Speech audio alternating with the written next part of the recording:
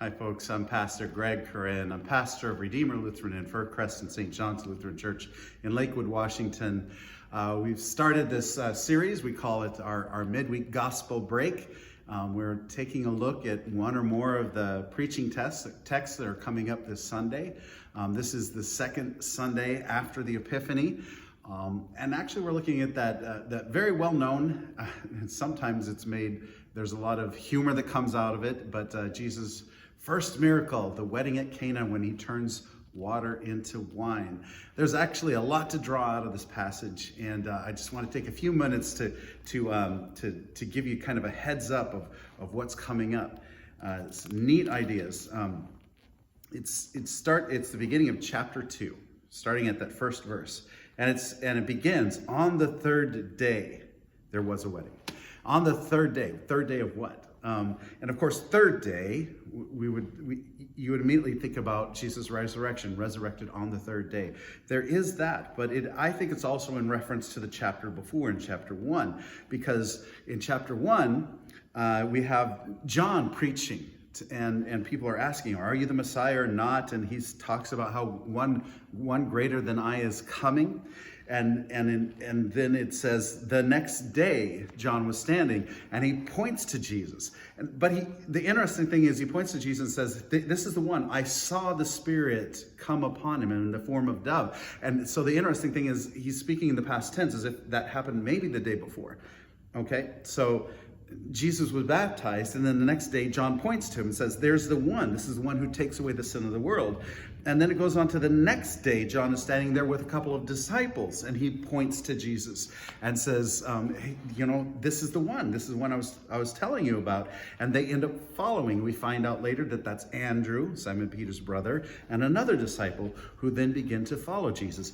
And then again it says in verse 43, the next day, Jesus decides to go on to Galilee. And from there he finds Philip of Bethsaida, and then he also finds his brother as well, and calls him to start following him.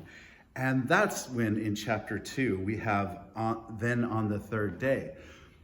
Now, we could read too much into it. It might be on the third day of the week that there's this break. Jesus decided to go, and he traveled.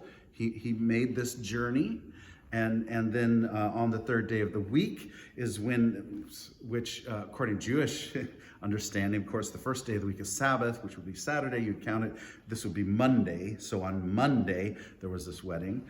Or John is very careful in laying out the day, this day, the next day, the next day, the next day. This would be the seventh day after Jesus was baptized, 1 week following Jesus' baptism. Possibly.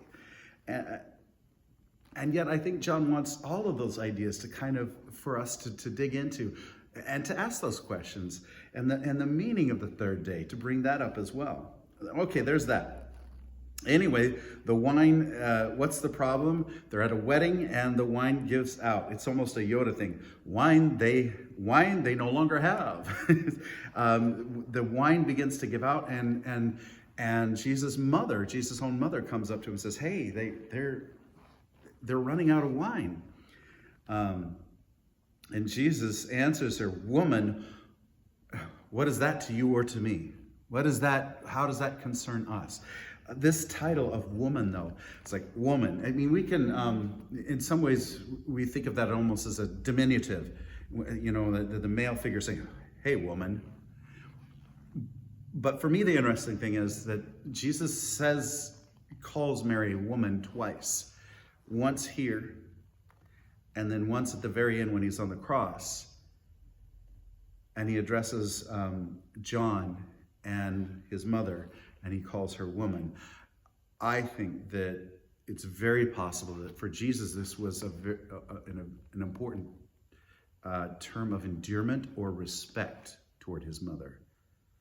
Woman, the woman who bore me. Woman, what concern is that? Playful, possibly very playful, but also respectful. So that's the way, at least, that I tend to hear it. And I also find it interesting, John includes it here, and then at Jesus when he's on the cross, in addressing his mother, Mary. Woman, what concern is that to you or to me?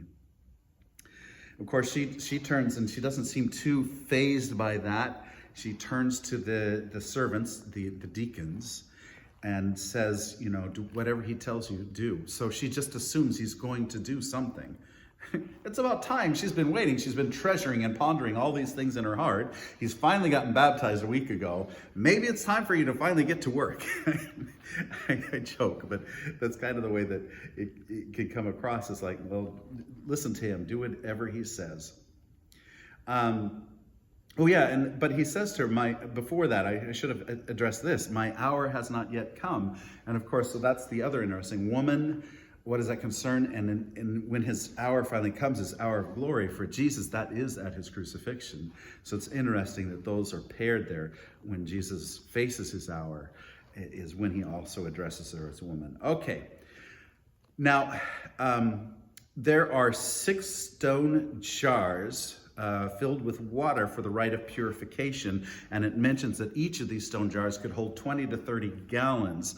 So that tells you 6 times 20 to 30 that's anywhere from 120 to somewhere between 120 to 180 gallons of water standing there. The stone jars, and Jesus tells the servants, now go fill these up. Go fill up these stone jars. In other words, at least some of them were empty, standing there empty.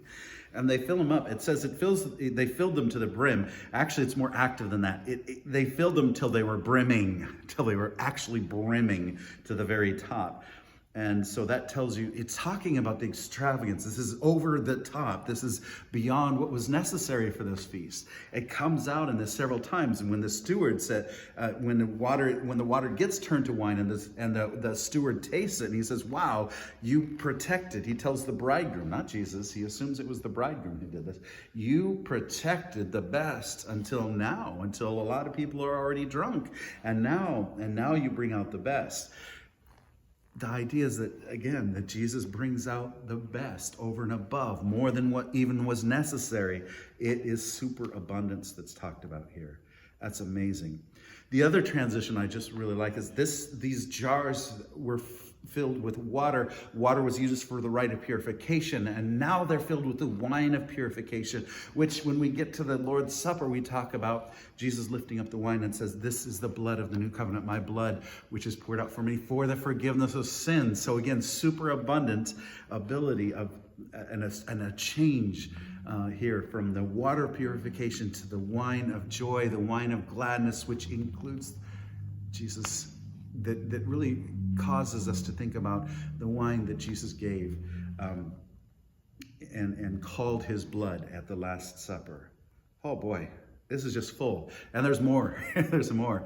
So I'm really not sure which of those ideas that I'm going to pick up on the most, maybe touch on a lot of those, but this text is just so full. It's not just a humorous story about Jesus, our Savior, turning water to wine.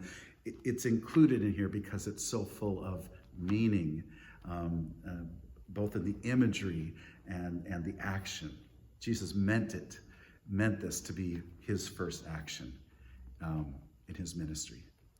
Well, praise be to God, and God bless you and your week, and hopefully we'll see you again next week. Take care. Bye-bye.